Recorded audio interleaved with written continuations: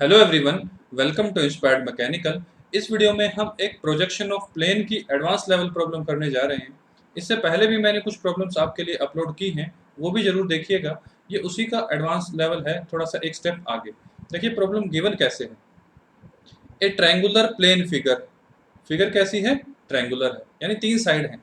इस तरीके से मेरी ट्रायंगुलर लेमिना दिखाई दे रही है आपको। तीन साइड हैं इसकी, और तीनों साइड कितनी है हमारी? 25-25 mm की है। तो इस प्रकार से मेरी ट्रायंगुलर लैमिना दिखेगी। पहली बात, इज रेस्टिंग ऑन एचपी, ठीक है ना।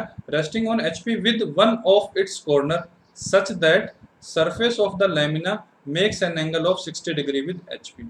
अब देखिए कितने कॉर्नर हैं मेरी ट्रायंगुलर लैमिना के? तीन कॉर्नर हैं। इन तीन कॉर्नर में से कोई एक कॉर्नर मेरा कहाँ रखा है? एचपी के ऊपर रखा है। जब एक कॉर्नर एचपी पे होगा, बाकी दोनों कॉर्नर कहाँ होंगे? हवा में होंगे। हवा में होंगे तो वो कुछ ना कुछ एंगल बना रहे होंगे एचपी के साथ, ठीक है ना। तो जब वो एचपी के साथ एंगल बना रहे होंगे तो ये कुछ इस तरीके से दिखेगी आपको, इस तरीके से दिखेगी। क्योंकि हमने क्या कर दिया है, ये कॉर्नर तो एचपी में रख दिया है। अब ये पूरा सरफेस क्या एंगल बना रहा है हमारा? 60 डिग्री का एंगल बना रहा है हमारे बेस के साथ या एचपी के साथ। तो स्टेप नंबर 1 में तो ये गिवन है। स्टेप नंबर 2 में देखिए, if the side opposite to the corner on which the lamina rests. देखिए ये कॉर्नर हमारा लैमिना का एचपी के अंदर रखा हुआ है। इसके अपोजिट साइड कौन सी हुई? यही तो हुई, इसी के जो सामने है। ये साइड की बात कर रहा है। ये साइड कितना एंगल बना रही है? 30 डिग्री का एंगल बना रही है, लेकिन वीपी के साथ। बात क्लियर हुई। इस पूरी ट्रायंगुलर लैमिना का एक कॉर्नर एचपी में है, और पूरी ट्रायंगुलर लैमिना यानी पूरा surface inclination 60 degree to HP है। और साइमल्टेनियसली क्या हो रहा है कि जो कॉर्नर मेरा एचपी में रखा हुआ है, उसके जो अपोजिट साइड है, यानी ये वाली साइड हमारी वीपी के साथ एंगल बना रही है 30 डिग्री का। हमें टॉप व्यू और फ्रंट व्यू बनाने हैं।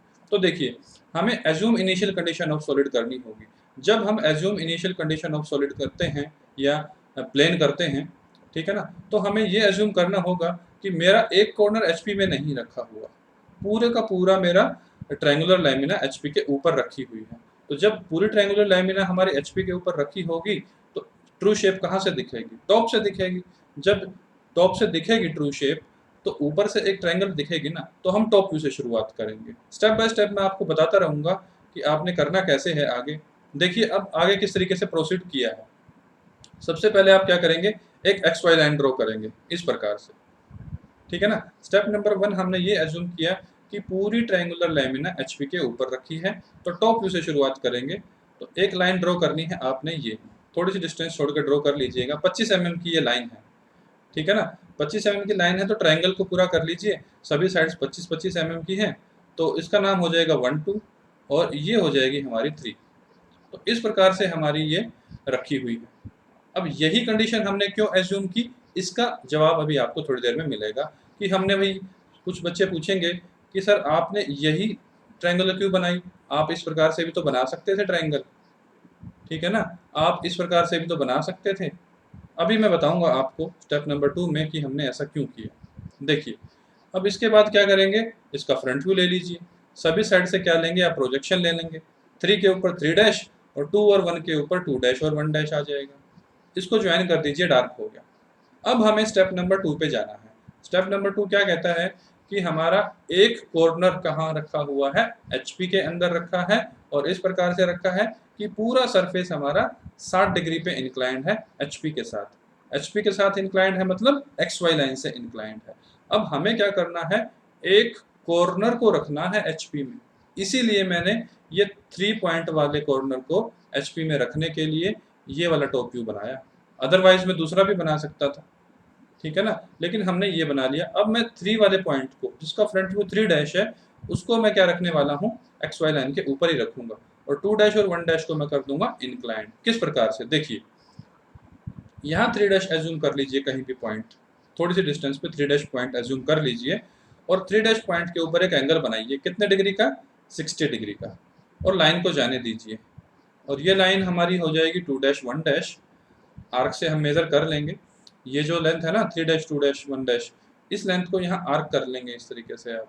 और ये 60 डिग्री इंक्लाइंड पे यही फ्रंट व्यू रिक्रिएट हो गया। यही फ्रंट व्यू हमने दोबारा बना दिया, लेकिन अब कितने एंगल पे इंक्लाइंड है?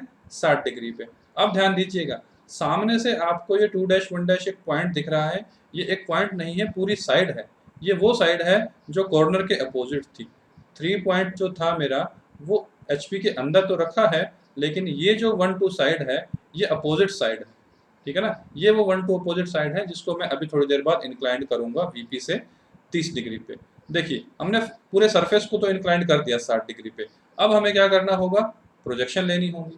सबसे पहले हमने 3 डैश से एक परपेंडिकुलर ड्रॉप किया और एक हॉरिजॉन्टल भी हमने लाइन ड्रॉप की 3 पॉइंट से, कुछ इस प्रकार से। दोनों एक दूसरे को काटेंगी और उस पॉइंट का नाम होगा 3। ये स्टेप नंबर 2 का पॉइंट नंबर 3 है। ठीक है ना। सिमिलरली हम 2 डैश और 1 डैश से भी इस प्रकार से परपेंडिकुलर ड्रॉप करेंगे, एग्जैक्टली परपेंडिकुलर रहेगा ये। उसके बाद 1 और 2 से भी हॉरिजॉन्टल लाइन ड्रॉ करेंगे। जब 1 से हॉरिजॉन्टल ड्रॉ करेंगे तो ये यहाँ कट करेगी। उसके बाद 2 से हॉरिजॉन्टल लाइन ड्रॉ करेंगे तो किस प्रकार से आएगी? तो ये तो 1 आ गया। ठीक है ना, 1 डैश वर्टिकल और 1 हॉरिजॉन्टल जहाँ कट करेंगे ये स्टेप नंबर 2 का 1 आ जाएगा। इसी प्रकार से आप जब स्टेप नंबर 2 के अंदर इस 2 से हॉरिजॉन्टल लाइन ड्रॉ करेंगे और इस 2 डैश से वर्टिकल लाइन ड्रॉप करेंगे तो ये यहाँ कट करेंगे एक दूसरे को और इस पॉइंट का नाम हो जाएगा 2। और अब इन 1 2 3 को ज्वाइन कर देंगे आप इस प्रकार से। ठीक है ना। आप ये पाएंगे कि स्टेप नंबर 2 के अंदर जो ये मेरी ट्राइंगल होगी ना लैमिना, इसका टॉप व्यू थोड़ा सा दबा हुआ होगा, थोड़ा कंप्रेस होगा।